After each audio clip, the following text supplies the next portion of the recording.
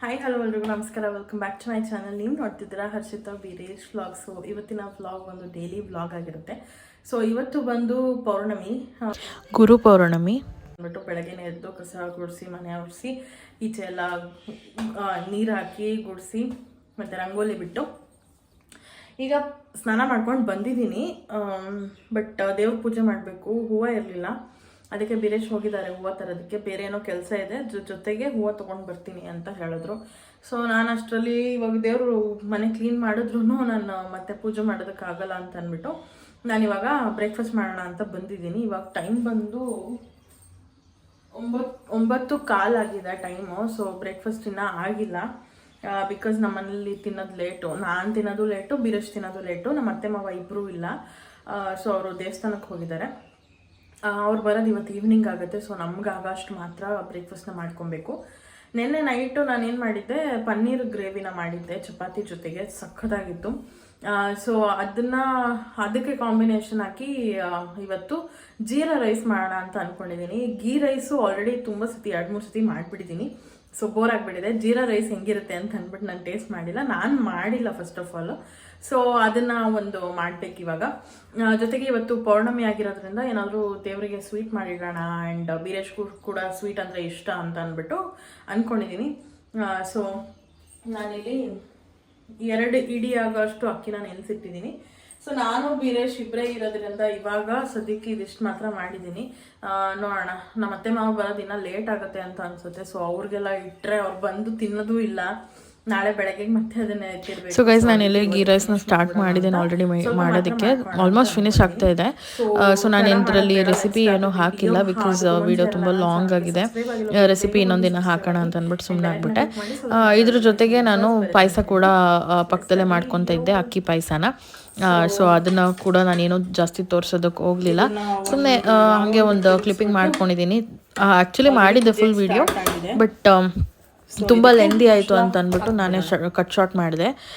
So ಅದಕ್ಕೆ ಇದರಲ್ಲಿ ಏನು ಅಂದರೆ ರೆಸಿಪಿ ವಿಡಿಯೋ ಇರೋದಿಲ್ಲ.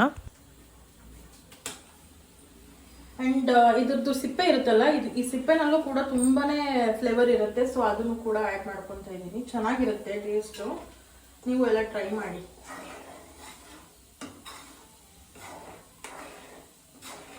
ಸೊ ಇವಾಗ ಅದು ಆಗ್ತಾ ಇದೆ, ಇನ್ನು ದೇವ್ರ ಮನೆ ಪೂಜೆ ಮಾಡಿಲ್ಲ. ನನಗೆ ಯಾವಾಗಲೂ ತಲೆ ಹಾಗೆ ಕಟ್ಟಿರಬೇಕು, ಸ್ವಲ್ಪ ನೀರೆಲ್ಲ ಹೀರ್ಕೊಳ್ಳೋದಕ್ಕೆ. ಸೊ ನಾನು ತುಂಬ ಹೊತ್ತು ಒಂದು 1/2 hour ಹಂಗೆ ಬಿಟ್ಬಿಡ್ತೀನಿ, ಅದಾದಮೇಲೆ ಓಪನ್ ಮಾಡ್ತೀನಿ. ಸ್ವಲ್ಪ ತಲೆ ಬಾರ ಅಂತ ಅನ್ನಿಸ್ತಾ ಇದೆ. ಸೊ ಏನಪ್ಪ ಅಂತಂದರೆ, ಲಾಸ್ಟ್ ವಿಡಿಯೋದಲ್ಲಿ ನಾನು ನಮ್ಮ ಮಮ್ಮಿ ವರಮಹಾಲಕ್ಷ್ಮಿಗೆ ಸ್ಯಾರಿ ತೊಗೊಂಡಿದ್ರು ಅಂತ ಹೇಳಿದ್ನಲ್ಲ, ಅದು ಎಷ್ಟು ಪ್ರೈಸ್ ಅಂತ ಗೆಸ್ ಮಾಡಿ ಅಂತ ಹಾಕಿದ್ದೆ. ಗೆಸ್ ಮಾಡಿದ್ದೀರಾ ಎಷ್ಟು ಅಂತ ಅಂದ್ಬಿಟ್ಟು, ಬಟ್ ಎಲ್ಲ ಜಾಸ್ತಿ ಹೇಳಿದ್ದೀರಾ. ಹೇಳ್ಬೇಕಂತಂದರೆ ಅದು 50% ಆಫಲ್ಲಿತ್ತು. ಅಂದರೆ ಸಿಲ್ಕ್ ಸ್ಯಾರಿ ಬಂದು 50% ಆಫಲ್ಲಿತ್ತು. ಸೊ ಅದ್ರ ಪ್ರೈಸ್ ಬಂದು 5900 ಆ್ಯಕ್ಚುಯಲ್ ಪ್ರೈಸು, ಬಟ್ ನಾವು ಕೊಟ್ಟಿದ್ದು 2900. ಸೊ ಹಾಫ್ ದ ಪ್ರೈಸ್ ಅಂತ ಹೇಳ್ಬೋದು. ಆ್ಯಂಡ್ ತುಂಬ ಚೆನ್ನಾಗಿದೆ ಕ್ವಾಲಿಟಿ ಅಂತೂ. ಸೇಮ್ ಸಿಲ್ಕ್ ಅಂದರೆ ಸಾಫ್ಟ್ ಸಿಲ್ಕ್ ಅಂದರೆ ಎಲ್ಲರಿಗೂ ಗೊತ್ತಿರುತ್ತೆ ಯಾವ ಥರ ಇರುತ್ತೆ ಕ್ವಾಲಿಟಿ ಅಂತ ಅಂದ್ಬಿಟ್ಟು. ಒಂಥರ ರಿಚ್ ಲುಕ್ ಕೊಡುತ್ತೆ, ಗ್ರ್ಯಾಂಡಾಗಿ ಕೂಡ ಇದೆ ಅದು. ಆ್ಯಂಡ್ ಇನ್ನೊಂದು ಏನದು ಕಾಟನ್ ಸ್ಯಾರಿ ಇತ್ತಲ್ವಾ, ಅದು ಬಂದು 950 ರುಪೀಸು. ಬಟ್ ಅದು ಬಂದು 20% 30% ಆಫ್ ಇತ್ತು. ಸೊ 750 ರುಪೀಸ್ಗೆ ನಮಗೆ ಅದು ಸಿಕ್ಕಿದ್ದು. ಒಬ್ಬರಂತೂ 2000 ಅಂತ ಹೇಳಿದರು. ಅಲ್ಲ, ಅಷ್ಟೊಂದು ಕಾಸ್ಟ್ಲಿ ಇಲ್ಲ ಅದು. ಅಲ್ಲಿ ತುಂಬ ಚೆನ್ನಾಗಿದೆ, ಅನುರಾಗ್ ಸಿಲ್ಕ್ಸ್ ಅಂತ ಅಂದ್ಬಿಟ್ಟು ಮಲ್ಲೇಶ್ವರಮಲ್ಲಿರೋದು. ಮಲ್ಲೇಶ್ವರಂಗೆ ಹೋಗಿ ಅನುರಾಗ್ ಸಿಲ್ಕ್ಸ್ ಅಂತ ಟೈಪ್ ಮಾಡಿದ್ರೆ ಬರುತ್ತೆ, ಅಲ್ಲೋಗಿ ಕೇಳಿದ್ರೆ ಬರುತ್ತೆ. ಇಲ್ಲ ಗೂಗಲಲ್ಲಿ ಅನುರಾಗ್ ಸಿಲ್ಕ್ಸ್ ಅಂತ ಟೈಪ್ ಮಾಡಿದ್ರೆ ಅದು ಅಡ್ರೆಸ್ ತೋರಿಸುತ್ತೆ. ಇನ್ ಕೇಸ್ ಯಾರಿಗಾನು ಅಡ್ರೆಸ್ ಬೇಕಂತ ಇದ್ದರೆ ನನಗೆ ಕಮೆಂಟ್ ಮಾಡಿ, ನಾನು ಅಡ್ರೆಸ್ನ ಸೆಂಡ್ ಮಾಡ್ತೀನಿ. ಆ್ಯಂಡ್ ಇನ್ನೊಂದು ಏನಂತಂದರೆ, ಇವಾಗ ಆಫರ್ಸ್ ನಡೀತಾ ಇದೆ. 50% ಆಫ್, 30% ಆಫ್, 20% ಆಫ್, ಈ ಥರ ನಡೀತಾ ಇದೆ. ಜಾಸ್ತಿ ಅಂದರೆ 50% ಆಫೇ ನಡೀತಾ ಇರೋದು. ಈವನ್ ಸಾಫ್ಟ್ ಸಿಲ್ಕ್ ಸ್ಯಾರಿನಲ್ಲೂ ಕೂಡ 50% ಆಫ್ ನಡೀತಾ ಇದೆ. ಸೊ ಯಾರಿಗಾದ್ರೂ ಇಂಟ್ರೆಸ್ಟ್ ಇದ್ದರೆ ಹೋಗಿ ನೀವು ಪರ್ಚೇಸ್ ಮಾಡ್ಬೋದು. ಬರೀ ಆಷಾಢ ಸೇಲ್ ಮಾತ್ರ, ಆಷಾಢ ಮುಗಿಯೋವರೆಗೂ ಮಾತ್ರ ಅದು ಸೇಲ್ ಇರುತ್ತೆ, ಅದಾದಮೇಲೆ ಇರೋದಿಲ್ಲ. ಸೊ ಯಾರಿಗಾನ ಬೇಕಿದ್ರೆ ಬೇಗ ಹೋಗಿ ಪರ್ಚೇಸ್ ಮಾಡಿ, ತುಂಬ ಚೆನ್ನಾಗಿದೆ ಕಲೆಕ್ಷನ್ಸು. ನಮಗಂತೂ ತುಂಬ ಇಷ್ಟ ಆಯಿತು. ಇದು 2nd ಟೈಮು 3rd ಟೈಮು ನಾವು ಅಲ್ಲಿ ಬೈ ಮಾಡ್ತಿರೋದು. ಸೊ ತುಂಬ ಚೆನ್ನಾಗಿದೆ. ಯಾರಿಗಾದ್ರೂ ಇಂಟ್ರೆಸ್ಟ್ ಇದ್ದರೆ ಹೋಗಿ ಟ್ರೈ ಮಾಡಿ, ಓಕೆನಾ. ನೋಡಿದ್ರಲ್ಲ ಎಷ್ಟು ಕ್ವಿಕ್ಕಾಗಿ ನಾವು ಜೀರಾ ರೈಸ್ನ ಮಾಡ್ಕೊಂಡ್ವಿ ಅಂತ. ಇದೇ ಥರನೇ ಈಸಿಯಾಗಿ ಗೀ ರೈಸ್ ಕೂಡ ಮಾಡ್ಕೊಬೋದು. ಸೇಮ್ ರೆಸಿಪಿನೇ, ಬಟ್ ಅದಕ್ಕೆ ಈರುಳ್ಳಿ ಅದೆಲ್ಲ ಹಾಕ್ತಾರೆ, ಇದಕ್ಕೆ ಅದನ್ನೆಲ್ಲ ಹಾಕೋದಿಲ್ಲ. ಆ್ಯಂಡ್ ಇದು ತುಂಬ ಬೇಗ ಆಗುತ್ತೆ ಬ್ರೇಕ್ಫಾಸ್ಟು. ಇದ್ರ ಜೊತೆಗೆ ಯಾವುದಾದ್ರು ಗ್ರೇವಿ ಅಥವಾ ಏನಾದರೂ ದಾಲ್ ಏನಾದರೂ ಮಾಡಿದ್ರೆ ತುಂಬ ಚೆನ್ನಾಗಿರುತ್ತೆ. ದಾಲ್ ಮಾಡಿದ್ರೆ ಇನ್ನೂ ಚೆನ್ನಾಗಿರುತ್ತೆ. ಸೊ ಇನ್ನೊಂದ್ಸತಿ ಟ್ರೈ ಮಾಡ್ತೀನಿ ದಾಲ್ ಮಾಡೋದು. ಇದು ತುಂಬ ಬೇಗ ಆಗಿಬಿಡುತ್ತೆ. ಮಕ್ಕಳಿಗೆ ಸ್ವಲ್ಪ ಡಿಫ್ರೆಂಟಾಗಿ ಏನಾದರೂ ಬೇಕಂದರೆ ಇದನ್ನು ಬೇಗ ಮಾಡಿ ಕೊಟ್ಬಿಡ್ಬೋದು. ಸೊ ತುಂಬ ಚೆನ್ನಾಗಾಗಿದೆ ಅಂತ ಅಂದ್ಕೊಂಡಿದ್ದೀನಿ. ತಟ್ಟೆಗೆ ಹಾಕ್ಕೊಂಡು ಟೇಸ್ಟ್ ನೋಡಿದಾಗ ಗೊತ್ತಾಗುತ್ತೆ ಹೆಂಗಿರುತ್ತೆ ಅಂತ ಅಂದ್ಬಿಟ್ಟು ಅದನ್ನು ಕೂಡ ಶೇರ್ ಮಾಡ್ತೀನಿ. ಈಗ ಇಲ್ಲಿ ಪಾಯಸ ಆಗ್ತಾನೇ ಇದೆ. ಇದು ಸ್ವಲ್ಪ ಟೈಮ್ ತೊಗೊಳುತ್ತೆ ಅಕ್ಕಿ ಪಾಯಸ. ಯಾಕೆ ಅಂತಂದರೆ ಅದು ಅಕ್ಕಿ ಇರೋದು ಅನ್ನ ಆಗಬೇಕಲ್ವಾ. ನಾವು ಮೊದಲೇ ಕುಕ್ಕರಲ್ಲಿ ಕೂಗಿಸಿ ಮಾಡಿದ್ರೆ ಹಾಲು ವಾಸನೆ ಹಾಗೆ ಇರುತ್ತೆ. ಹಾಲು ಸರಿಯಾಗಿ ಕುದ್ದಿರಲ್ಲ, ಏನೂ ಆಗಿರಲ್ಲ. ಮೊನ್ನೆ ಮಮ್ಮಿ ಹಂಗೆ ಮಾಡಿದರು, ನನಗೆ ಜೊತೆ ಆಗಲಿಲ್ಲ. ಬಟ್ ಆದರೂ ಚೆನ್ನಾಗಿತ್ತು, ತಿಂದೆ, ಒಂದು ಸ್ವಲ್ಪ ತಿನ್ಬೋದು. ಬಟ್ ಈ ಥರ ಮಾಡಿದ್ರೆ ತುಂಬ ಚೆನ್ನಾಗಿರುತ್ತೆ. ಸೇಮ್ ಹೋಟೆಲಲ್ಲಿ ಹೆಂಗೆ ಮಾಡ್ತಾರೋ ಅದೇ ಥರನೇ ಇರುತ್ತೆ. ಸೊ ನೀವು ಕೂಡ ಟ್ರೈ ಮಾಡಿ, ಓಕೆನಾ. ಸೊ ಗೈಸ್ ನೋಡ್ತಿರ್ಬೋದು ಆಗಿದೆ ಇವಾಗ ಪಾಯಸ. ಇದಕ್ಕೆ ನಾನೀಗ ಇಲ್ಲಿ ಎತ್ತಿಟ್ಕೊಂಡಿದ್ನಲ್ಲ ಡ್ರೈ ಫ್ರೂಟ್ಸು ಅದನ್ನು ಹಾಕ್ಕೊತಾ ಇದ್ದೀನಿ. ಸೊ ಅದನ್ನು ಹಾಕ್ಕೊಂಡು ಒಂದು ಮಿಕ್ಸ್ ಕೊಡೋಣ.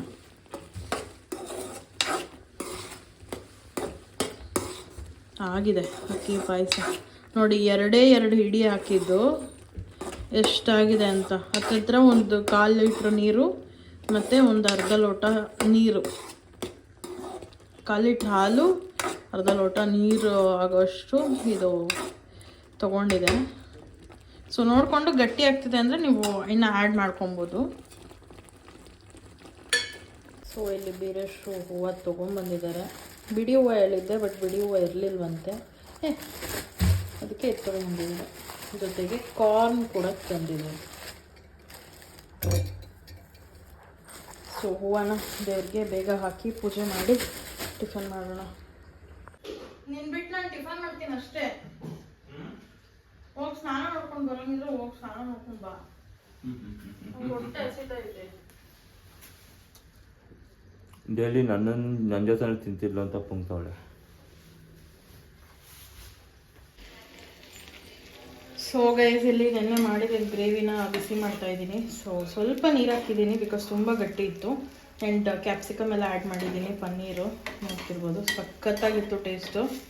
ಇದು ಸ್ವಲ್ಪ ಗಟ್ಟಿ ಆಗಲಿ.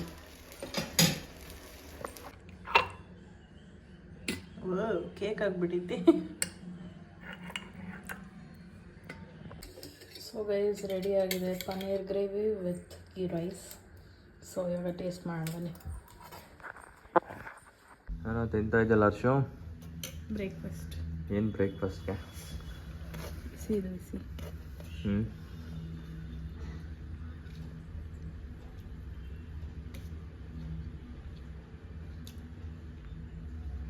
ಸಕ್ಕತ್ತಾಗಿದೆ. ನಿಜವಾಗ್ಲೂ ನೀವೆಲ್ಲ ಟ್ರೈ ಮಾಡಬೇಕು, ತುಂಬ ಚೆನ್ನಾಗಿದೆ. ಯಾರು ಗೈಡೆನ್ಸ್ ಕೊಟ್ಟಿತ್ತು? ಬೀರೇಶ್. ಮೈಸೆಲ್ಫ್. ಬೀರೇಶ್. ಯಾರು ಗೈಡೆನ್ಸ್ ಕೊಟ್ಟಿಲ್ಲ. You have to say Beeresh. ಗಂಡನ ಹೆಸರು ಹೇಳ್ಬೇಕಣೆ.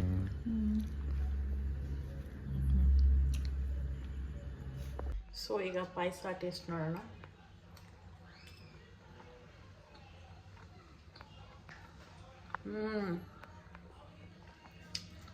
ಸಖತ್ತಾಗಿದೆ. ಮನೆಯಲ್ಲಿರೋದನ್ನಲ್ಲೇ ಮಾಡ್ಕೊಂಡು ತಿನ್ಬೋದು. ಕೋವಾ, ಕಂಡೆನ್ಸ್ ಮಿಲ್ಕ್ ಏನೂ ಬೇಡ, ಸಖತ್ತಾಗಿದೆ. ಟ್ರೈ ಮಾಡಿಬಿಟ್ಟು ನನಗೆ ಕಮೆಂಟ್ ಮಾಡಿ, ಓಕೆನಾ. ಹೆಂಗೈತೆ? ಸಕ್ಕತ್ತಾಗೈತೆ. ಹೌದಾ? ಇದು ಪಾಯಸ? ಪಾಯಸನೂ ಸಕ್ಕತ್ತಾಗದೆ. ಎಲ್ಲಿ ನೋಡ್ತಾ ಇದೆಯಾ? ನೋಡ್ತಾ ಇದ್ದೀನಿ. ಒಬ್ಳು. ಸೊ ನಾನು ಕೂಡ ತಿನ್ಸ್ಕೊಂತ ಇದ್ದೀನಿ.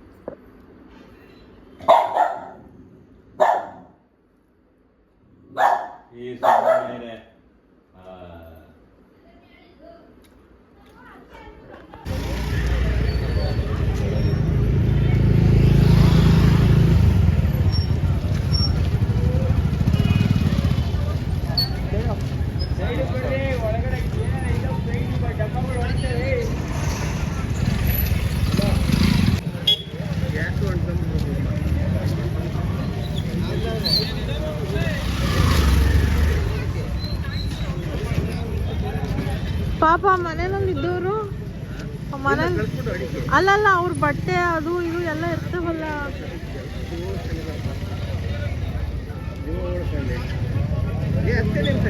ಹ್ಞೂ ನಾನು ನೋಡಿದೆ ಅಲ್ಲಿಂದ.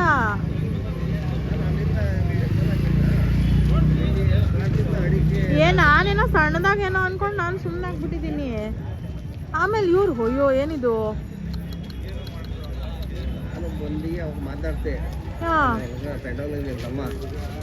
ಹೆಂಗ್ ಅಂಟ್ಕೊಂತು? ಶಾರ್ಟ್ ಸರ್ಕ್ಯೂಟಾ? ಅದು ಐತೆ. ಹೋಯ್ತು ಹೋಯ್ತು.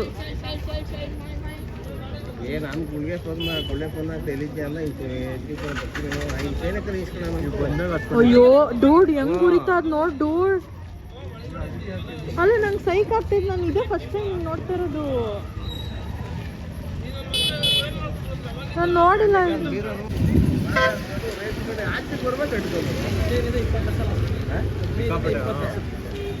ಜಾಸ್ತಿ ಇನ್ನೇ ಜಾಸ್ತಿ ಏನು ಅನ್ಕೋಬಿಟ್ಟಿದೆ. ಒಂದೆಲ್ಲ 20 ಅಲ್ಲ 50 ಲಕ್ಷ. ಈಗಲೇ ನೀನು ಹಂಗೆ ಅನ್ಬೇಡಿ, ಎಲ್ಲ ಇರುತ್ತೆ. ಅದು ಬೇರೆ ಕೆಮಿಕಲ್ ಅಲ್ವಾ? ಯಾಕೋ ನನ್ನ ಮಗನೇ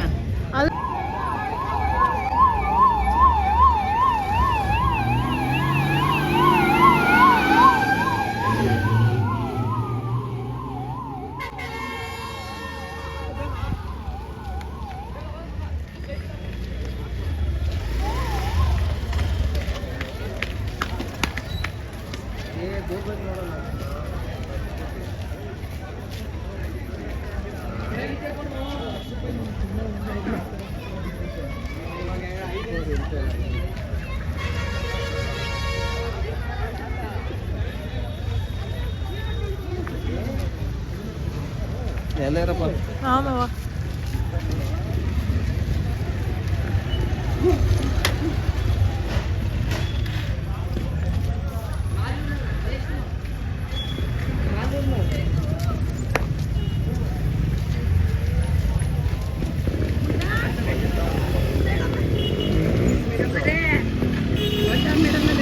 ನೋಡಿ ಪಾಪ. ಇಲ್ಲ ಇನ್ಶೂರೆನ್ಸ್ ಮಾಡಿಸಿದ್ರೆ ಕೊಡ್ತಾರೆ.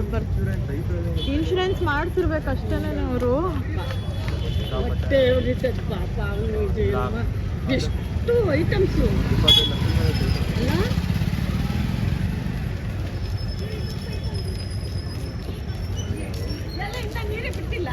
ಬಂದ್ರು ಬಿಡ್ತಾ ಇದಾರೆ ಅವರು. ಬಿಡ್ತಾರೆ ಇನ್ನೇನು, ಅವರು ಸೆಟಪ್ ಮಾಡ್ಬೇಕಲ್ಲ.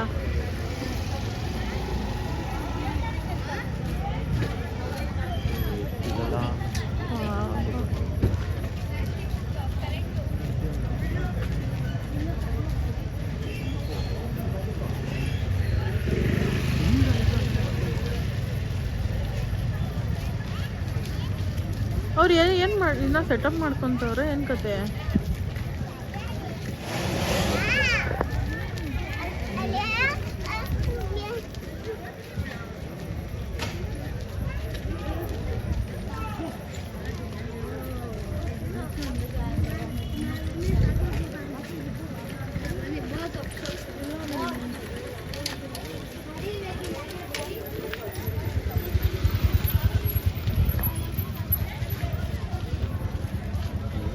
ಅಲ್ಲಿ ನೋಡ್ದೂಡಿ ಹೆಂಗ್ ಬರ್ತಾಯ್ತಂತ. ಅಲ್ಲಿ ಬಂತು.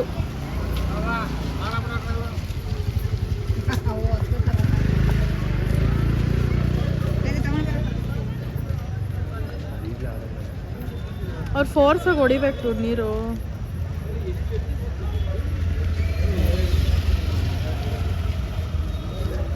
ಬಿಡ್ತಾವ್ರು ನೋಡಿ ಇವಾಗ.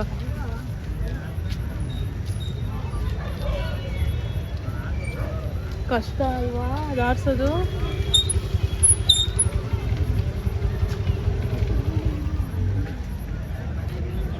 ಅಯ್ಯೋ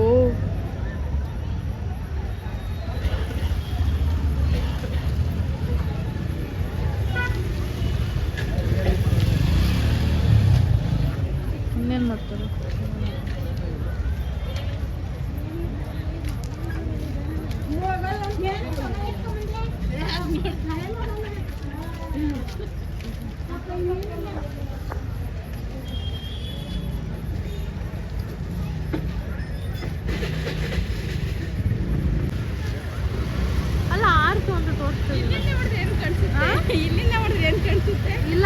ಕಾಣ್ತಲ್ಲ ಆರ್ತಲ್ಲ ಪಾಪ ಅವನು ಅಳ್ತಾವನೆ.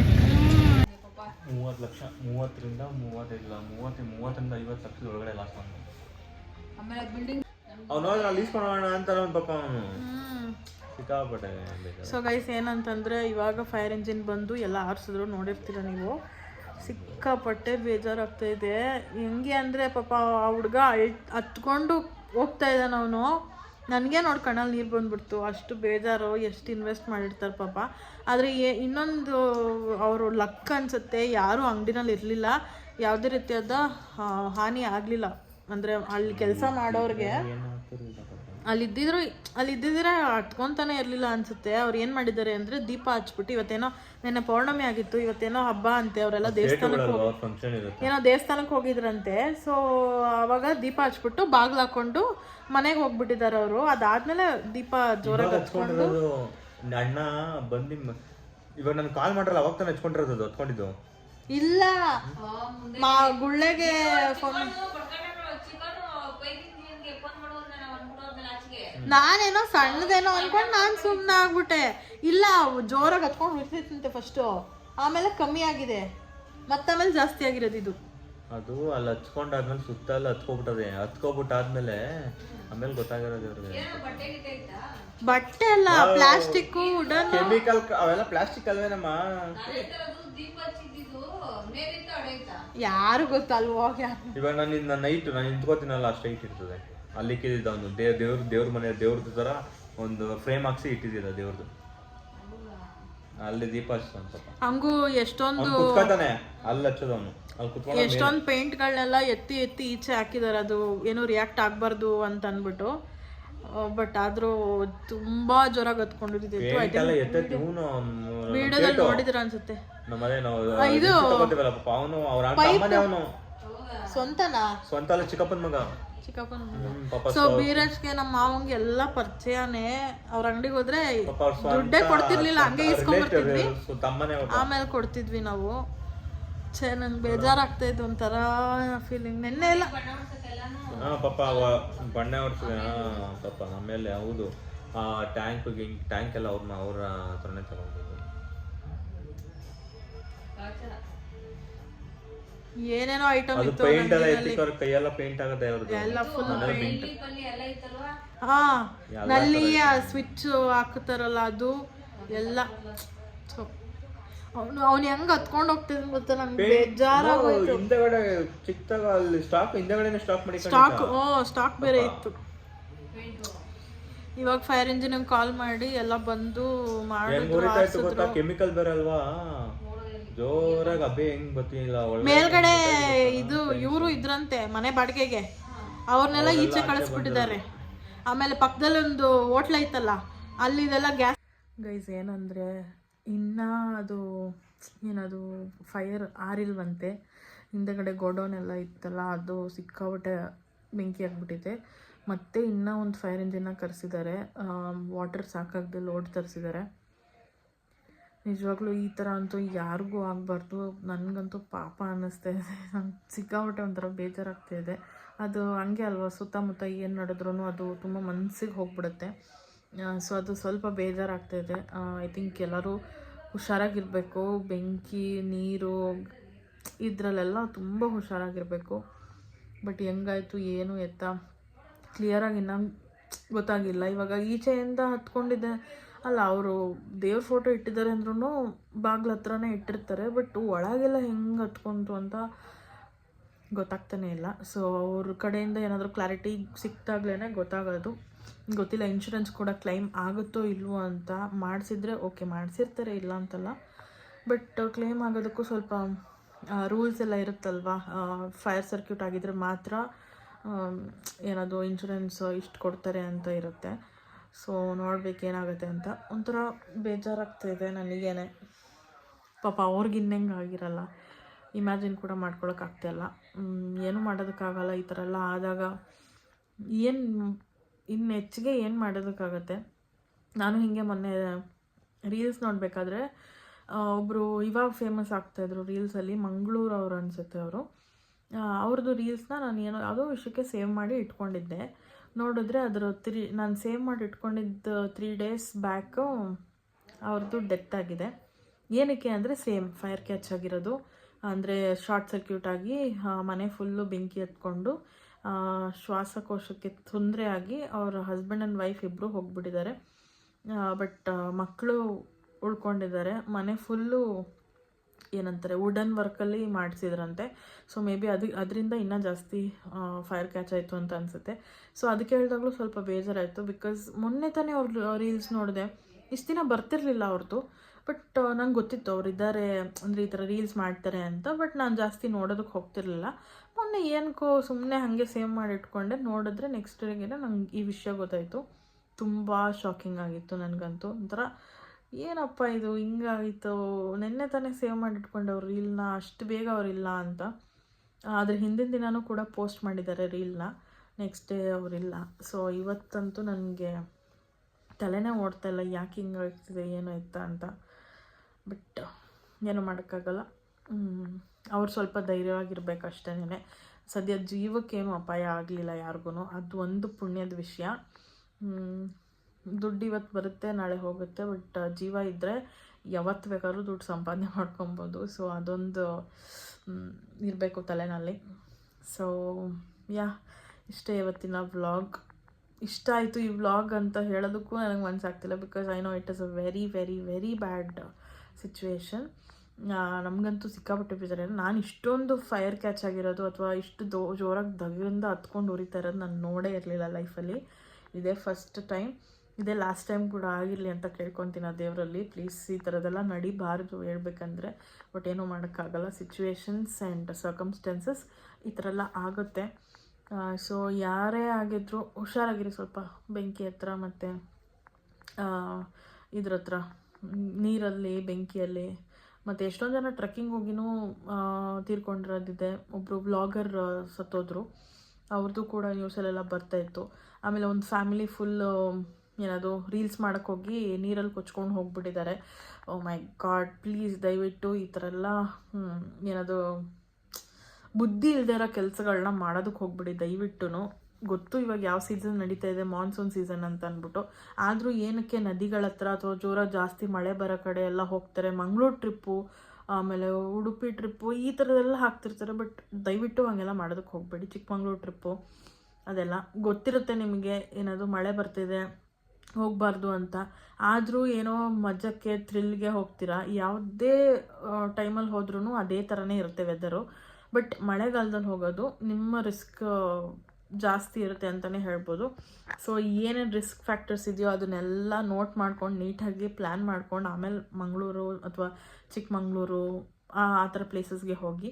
ನಮ್ಮದು ಹೋಗಬೇಕಿತ್ತು ಇವತ್ತು ನಾಳೆ ಅಷ್ಟರಲ್ಲಿ ನಾನು ವಾಪಸ್ ಆಗ್ತಿದ್ದೆ. ಇವತ್ತು ಬೆಳಗ್ಗೆ ವಾಪಸ್ ಆಗ್ತಿದ್ದೆ.